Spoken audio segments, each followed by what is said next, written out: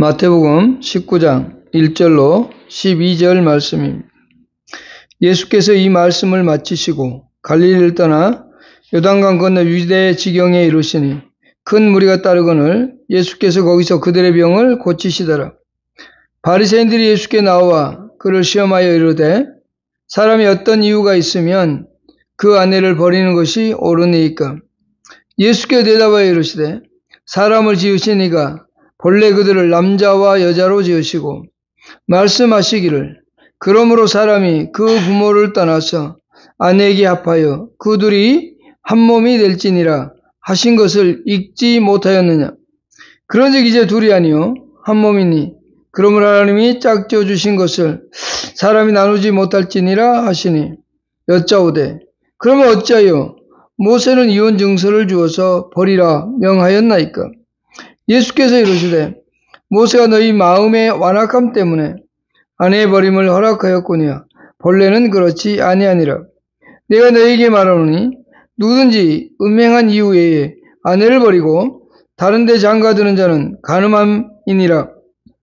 제자들이 이르되 만일 사람이 아내에게 이같이 할진대 장가들지 않는 것이 좋겠나이다. 예수께서 이르시되 사람마다 이 말을 받지 못하고 오직 탁월한 자라야 할지니라. 어머니의 태로부터 된 고자도 있고 사람이 만든 고자도 있고 전국을 위하여 스스로 된 고자도 있도다. 이 말을 받을 만한 자는 받을지어다. 아멘. 이혼에 관한 예수님의 교훈입니다. 지금까지 마태복음 4장 이후에 예수님께서 갈릴리에서 계속적인 복음사역을 시작하셨고 거기서부터 계속적인 복음사역을 해오시고요. 이제 그 갈릴리 지역을 떠나서 유대 지경으로 들어가셔서 복음을 전하는 그런 모습입니다. 그런데 그때 큰 무리가 예수님을 따르고 있었고 예수님께서는 그들의 병을 고쳐주셨다라고 하는 아주 짤막한 그 갈릴리의 사역을 이제 마무리하는 그러한 모습을 보여주고 있습니다. 그러면서 그리고 나서 이제 예수님이 갈릴리를 떠나서 유대 지경에 왔을 때 거기에 3절에 보면 바리새인들이 예수님께 나와서 시험하고 있는 모습을 볼 수 있죠. 3절 한번 보십시다. 바리새인들이 예수께 나와 그를 시험하여 이르되 사람이 어떤 이유가 있으면 그 아내를 버리는 것이 옳으니까 라고 하는 거죠. 지금 여기 바리새인들은 예수님의 흠을 잡고자 한 겁니다. 그들이 예수님으로부터 어떤 교훈이나 가르침을 따르기 위해서 질문하고 있는 것이 아니라 예수님을 아주 곤욕스럽게 하기 위해서 질문을 하고 있습니다. 이때 당시에 샴마이라고 하는 학자와 거기를 따르는 학파들이 있었습니다. 그들은 아주 강경했습니다. 이혼에 대해서 남자와 여자가 이혼하는 데 있어서 아주 강경한 강경파가 있었는데 부정을 저지르거나 또는 간통을 행했을 때 빼고는 이혼이 허용이 안 되었습니다. 그 두 가지 때문에 이혼해야 된다라고 가르쳤고요. 또 힐레라고 하는 율법 학자가 있었는데 이 사람은 그리고 그를 따르는 사람들은 아주 자유롭게 폭넓게 이런 부분에 대해서 해석을 했습니다. 그래서 자유적인 어떤 견해라고 할 수 있는데요. 이들은 사소한 일이 있어도 여자를 버릴 수 있도록 허용했습니다. 그게 무엇이냐면 이 힐레 학파들은 여자가 탄 음식을 만들어서 남편에게 제공하면 그것도 이혼 사유입니다.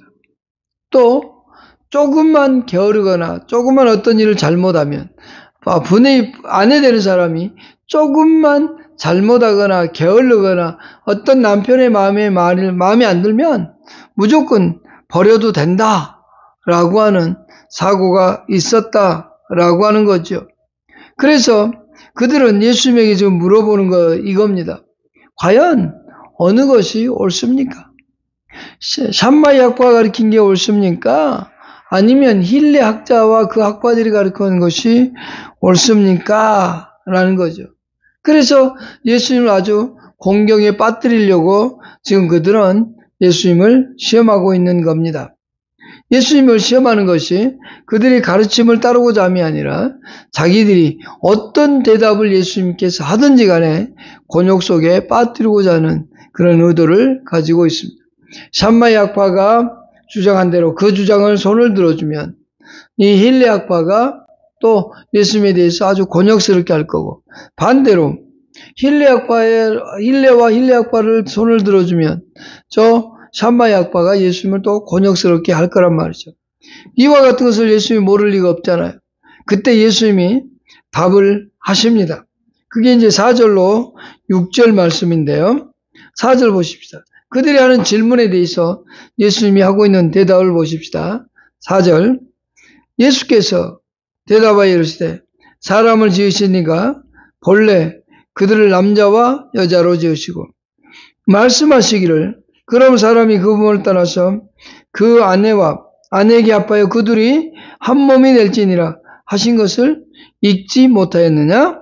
그런즉 이제 둘이 아니요 한 몸이니 그러므로 하나님이 짝지어 주신 것을 사람이 나누지 못할지니라 하시니, 예수님은 이들의 어느 편도 들어주지 아니하고 창세기 1장 27절과 2장 24절 말씀을 인용해서 그리고 그것을 해석해 주어서 그들의 대답을 대신했습니다. 창세기 1장 27절은 이렇게 되어 있습니다. 하나님의 형상, 하나님의 자기 형상 곧 하나님의 형상대로 사람을 창조하시되 남자와 여자를 창조하시고, 2장 24절에 이러므로 남자가 부모를 떠나 그의 아내와 합하여 둘이 한 몸을 이룰지니라 라고 되어 있습니다. 그 말씀을 바르게 해석해 주고 있다라고 하는 거죠. 여기서 예수님의 답변은 바리새인들에게 이렇게 지적하고 있는 겁니다. 아담과 하와의 창조에 관해서 바리새인들이 알고 있는 성경 지식이 잘못되었음을, 그리고 그들이 가지고 있는 지식의 바른 해석을 지금 호소하고 있다라고 하는 겁니다. 5절에 보면 마지막에 읽지 못하였느냐, 그들이 한 몸이 될지 아신 것을 읽어보지 못했느냐라고 지금 반문을 하시죠. 성경에서 하나님께 사람을 지으신 이가 본래 저희를 남자와 여자로 창조했는데 이것을 읽어보지 못했느냐, 이것을 만든 것을 읽었다, 알고 있다 라고 하는 뜻이기도 합니다. 하나님은 사람을 남자와 여자로 만드셨고 그 둘 다 하나님의 형상으로 만들었다. 그렇기 때문에 둘 다 귀하고 존중받아 마땅하다라고 하는 것이죠. 남자나 여자나 동등하게 귀하고 존중받는 하나님의 형상임을 여기서 가르쳐주고 있습니다. 남자만 월등히 우월하거나 여자는 완전히 아래에 있거나 그와 같은 차등이 아니라 동등됨을 그들이 읽어보았기 때문에, 성경을 읽어보았기 때문에 알 수 있는 것을 왜 그렇게 차등을 두느냐라고 하는 거죠. 하나님이 분명히 창조하실 때 남자와 여자를 창조했다. 그것도 하나님의 형상으로 창조했다라고 말씀을 하고, 두 번째는 기본법으로서의 결혼을 하나님이 만드셨다라고 하는 거죠. 5절에 그러므로 사람이 부모를 떠나서 아내에게 합하여 그 둘이 한 몸이 될지니라 하신 것, 이렇게 돼 있죠. 결혼은 인격적인 결합입니다. 남자와 여자가 결혼을 한다는 것은 인격적으로 하나 되는 것입니다. 그것이 둘이 한 몸이 될지니라 라고 하는 거죠. 그래서 분명히 몸은 둘인데 이제는 한 몸이다 라고 하는 거죠. 그들이 상대방이 나와 똑같은 존재임을 인식하고 살라는 겁니다. 그러니까 쉽게 탄 음식을 줬기 때문에 버려라, 아내를 그냥 물건 버리듯이 버리라, 무엇을 잘못했기 때문에 버려라, 이런 게 아니라 바로 아내가 당신 몸과 같은 사람이다. 또 아내에게 남편들이 당신의 몸과 똑같은 사람이다 라고 하는 거죠. 결혼의 계약이라는 게 따로따로이지만 분명한 건 하나님 앞에서 영적으로 결합되어 있다라고 하는 거죠. 그래서 하나님 보시기에 합당하게 이루어져 있고 또 하나님의 말씀과 기도로 그 부분은 거룩하게 되어진다. 그래서 말씀과 기도를 지켜 살아야 된다. 한 사람만이 아니라 두 사람이 같이라고 하는 거죠. 그래서 분명한 것은 서로 하나 되어지도록 해주고 있다라고 하는 거죠. 그것이 바로 결혼의 특성이고 결혼의 모습인 겁니다. 그래서 창세기 2장 24절에 그 둘이 한 몸이 될지니라 라고 돼 있죠. 합하여 한 몸이 되라. 이것이 결혼의 특성인 거죠. 그랬더니 바리새인들이 다시 질문을 합니다. 다시 모세의 율법을 들고 질문하는 겁니다. 자, 두 번째 이제 바리새인들과 예수님의 질문과 대답입니다. 3절에서 먼저 바리새인들은 예수님을 시험하기 위하여 질문을 던졌고요. 이제 7절에서는 다시 예수님을 모함하고자 하고 시험코자 하는 모습이 또다시 나옵니다. 7절 여짜오되 그러면 어찌하여 모세는 이혼 증서를 주어서 버리라 명하였나이까? 라고 질문합니다. 이들은 신명기 24장 1절의 말씀을 그대로 가지고 왔습니다. 신명기 24장 1절은 이렇습니다. 사람이 아내를 맞이하여 데려온 후에 그에게 수치가 되는 일이 있음을 발견하고 그를 기뻐하지 아니하면 이혼 증서를 써서 그의 손에 주고 그를 자기 집에서 내보낼 것이다 라고 되어 있어요.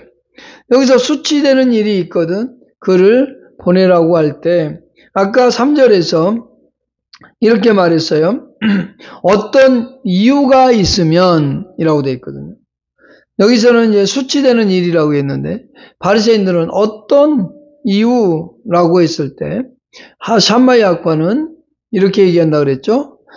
부정이나 간통의 행위. 그리고 힐레 학파, 힐레와 그를 따르는 사람들은 그저 평범한 이유, 여자가 잘못하면 무조건 이혼해도 된다라고 하는 거죠. 거기에 대해서 이제 율법의 증서, 이혼했습니다라고 하는 그 증서를 하나 써서 주면 우리는 부부가 아닙니다라고 하는 그 증서를 하나 써주면 이 사람은 내 아내가 아니다라고 하는 그런 이유를 지금 들이대고 있는 겁니다. 그들이 질문한 걸 다시 보시죠.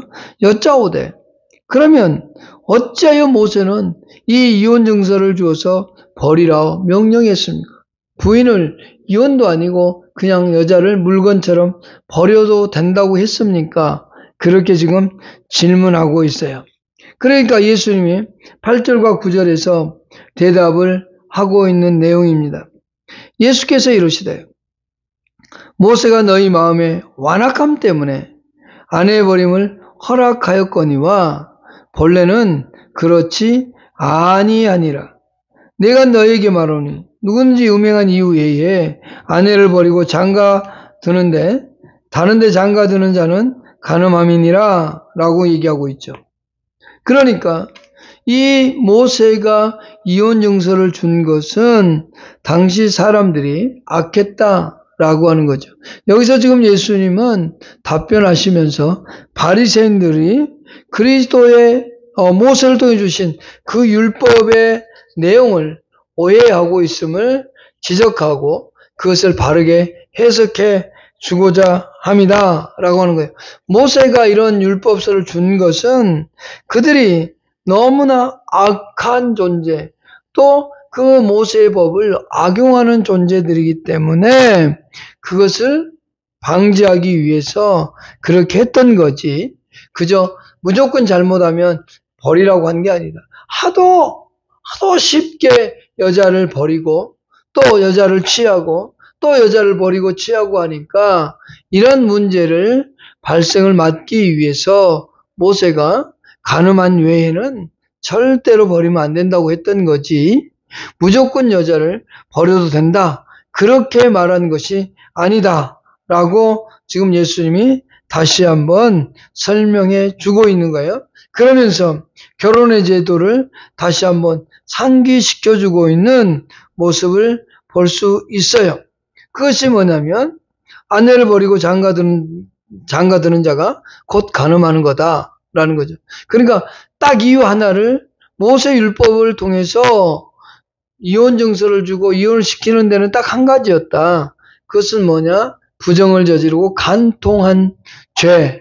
그것 외에는 이혼의 사유가 되지 않는다라고 하면서 그 율법을 다시 상고시켜주면서 결혼 제도를 다시 기억하도록 만드는 거죠. 아까 말한 창세기 1장 27절과 2장 24절의 말씀을 가리킨 후에 모세가 한 것도 그와 같은 방식이지 결코 여자들을 함부로 버리는 것이 아니다 라고 하는 것을 설명하고 있는 겁니다. 그러니까 남자들이 여자들을 물건 취급하듯이 그렇게 버리는 삶의 모습은 아니다라고 하는 거죠. 지금의 시대하고는 좀 거리가 먼 얘기일 것 같지만 지금의 시대도 마찬가지입니다. 쉽게 버리는 그런 모습들을 설명하고 있는 것은 아니다라고 하는 거죠. 그래서 예수 그리스도께서는 확고하게 규정을 제시함으로 그 문제를 해결하고 있는데 그것이 뭐냐면 9절입니다. 다시 한번 규정을 정합니다. 누구든지 음행한 이후에 아내를 버리고 다른데 장가드는 자는 그렇게 있죠. 그러니까 음행한 것 말고 부정한 것 말고 간통한 것 말고 다른 이유로 여자를 버리는 것은 그것은 악함이고 죄를 범하는 거다 이렇게 설명하고 있습니다. 그러니 이혼을 너무 쉽게 하지 말라라고 하는 거죠. 심사숙고하고 고민하고 그러면서 가정을 지킬 것을 설명해주고 있다라는 거죠. 초대교회는 그리고 구약시대는 여자들을 완전히 물건 취급하고 있습니다. 특히 지금도 그런 나라들이 있습니다. 여자들을 그냥 하나의 물건으로 취급한데 성경적 남자와 여자의 관계는 인격적 동등의 관계입니다. 남자가 또 여자가 하나님의 형상을 닮은 사람이기 때문에 서로가 누구 낫고의 차이가 없습니다. 다만 질서의 차이는 있습니다. 창조를 할 때 하나님이 남자를 먼저 창조했고 뒤에 여자를 창조했기 때문에 하나님은 여자에게 남자에게 순종하고 복종할 것을 대신 남자는 더욱더 사랑할 것을 설명해주고 있다라고 하는 거죠. 그것이 결혼의 관계입니다. 그것을 예수님은 다시 한번 확고히 설명을 해주고 있다라고 말이죠. 자, 그러면서 그때 이제 제자들이 그 얘기를 듣고 있다가 바리새인들의 질문과 예수님의 답변을 듣고 제자들이 예수님에게 질문하는 내용입니다. 10절, 11절, 12절이 그렇습니다. 제자들이 이르되 만일 사람이 아내에게 이같이 할진대 장가들지 않는 것이 좋겠나이다. 제자들의 질문은 뭐예요? 이렇게 복잡하게 사느니 차라리 결혼 안 하고 사는 게 낫지 않습니까? 지금 제자들은 그렇게 얘기하고 있는 거예요. 아주 무책임한 거죠. 제자들이 예수님의 얘기를 듣다가 아니 그럴 거면 뭐하러 결혼을 합니까? 그냥 결혼 안 하고 살면 되지 않겠습니까? 장가들지 않는 것이 좋지 않습니까? 라고 얘기했단 말이에요. 그때 이제 예수님이 제자들에게 하시는 답변입니다. 그게 뭐냐면 11절과 12절인데요. 자, 예수께서 이르시되 사람마다 이 말을 받지 못하고 오직 타고난 자라야 할지니라. 어머니의 태로부터 된 고자도 있고 사람이 만든 고자도 있고 천국을 위하여 스스로 된 고자도 있도다. 이 말을 받을 만한 자는 받을지어다. 참 애매모호한 것 같죠. 결혼을 하지 않는 것이 더 유익한 사람도 있다는 것을 인정하시는 겁니다. 근데 이 말을 받을 만한 자가 받아라 라고 얘기하죠. 그러니까 그리스도는 장가 들지 않는 것이 좋겠습니다 라고 제자들이 묻는 그 질문에 제자들의 말을 인정을 하는데요. 인정을 하는데 중요한 것은 무조건 결혼하지 말라는 거 아닙니다. 성경적 원칙은 결혼하는 것이 맞습니다. 그러나 여기서 중요한 세 가지 이유 때문에 결혼을 못하는 경우가 있다라고 하는 것인데요. 첫 번째, 선천적인 결함이 있어서 결혼을 못한 사람들입니다. 어머니 태로부터 된 고자도 있고 남자의 어떤 성적인 기능을 절대 하지 못하는 사람들 있잖아요. 그래서 태어날 때부터 그런 사람들이 있다는 거죠. 그런 사람들은 결혼하기가 어렵다라는 거죠. 두 번째, 만든 고자도 있고 그랬죠.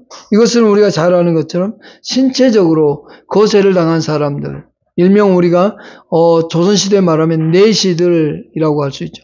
그 사람들은 강제로 또는 자기 자신의 지원에 의해서 타인에 의해서 남자의 성기가 잘려져 나가므로 성적인 기능을 할 수 없는 그런 사람들. 세 번째는 고자라 불릴 수는 있지만 여기서 고자라고 불릴 수는 있지만 그것은 상징적인 의미로 불려지는데요. 그들은 누구냐? 천국을 위하여 스스로 부화된 자라고 얘기하죠. 이들은 결혼을 하고 싶은 마음도 있어요. 하지만 그것보다는 주를 위해서 정말 열심히 살고자 하는 의욕과 욕망이 더 크기 때문에 스스로 결혼을 포기하고 독신의 생활을 하는 사람들이 있다는 겁니다. 그러나 그것은 선택의 사항이지. 그러나 성경적 원리는 하나님께서 결혼의 제도를 우리에게 주셨고 그 결혼을 통해서 자손이 만들어지고 번성해 가기를 원하시는 것이 하나님의 뜻이다. 그러나 신체적인 어떤 조건 때문에 결혼할 수도 없고 또 하나 오직 하나님의 영광을 위하여 살아가기 위하여 바울이 말한 것처럼 주의 복음을 전하기 위하여 그 어려운 고난과 역경에 가족들이 없이 자유로이 복음을 전하고자 하는 의도가 있다면, 왜냐하면 그때 당시 초대교회 당시는 예수 그리스도를 믿는 것도 순교의 길을 가는 길과 똑같은 어려움이 있었고요. 그러면서 주의 복음을 전하러 다닌다 그러면 자기만 죽으면 괜찮겠지만 자기의 가족들도 고난당하고 핍박당하니까 그것이 싫어서 그래서 스스로 홀로 결혼생활하지 않냐고 독신에 살면서 오직 주의 복음을 전하기 위해 헌신한 사람들을 있을 수 있었다라고 하는 거죠. 그런 이유가 아니라면 우리가 결혼을 하고 가정을 이루는 것은 하나님의 뜻이다. 그러면서 함께 아름다운 공동체를 이루어가는 것, 아름다운 가정을 만들어가는 것, 그것이 곧 하나님이 원하는 거다라고 지금 예수님은 답변을 하고 있는 겁니다. 바리새인들은 예수님을 모함에 몰아넣고 그 유대 지경에 있는 사람들로부터 험담을 듣도록 의도했지만 그 의도대로 되지 않냐고 예수 그리스도께서는 하나님의 말씀을 바르게 해석하고 가르쳐 주심으로 가정 제도에 대하여 설명해 주었다라는 거죠. 우리는 여기서 배워야 되는 게 있습니다. 우리에게 주신 가정은 하나님께서 만들어 주신 거고 남자와 여자는 동등됨을 잊어서는 안 됩니다. 여자라고 멸시당하고 무시당하지 말고 늘 우리는 인격적으로 동등한 존재요. 하나님 앞에서 아름다운 사역을 이루어가는 사역자로 그리고 하나님의 영광을 위해 살아가는 아름다운 가정으로 여러분의 삶이 이루어지기를 축복합니다. 기도하십시다. 하나님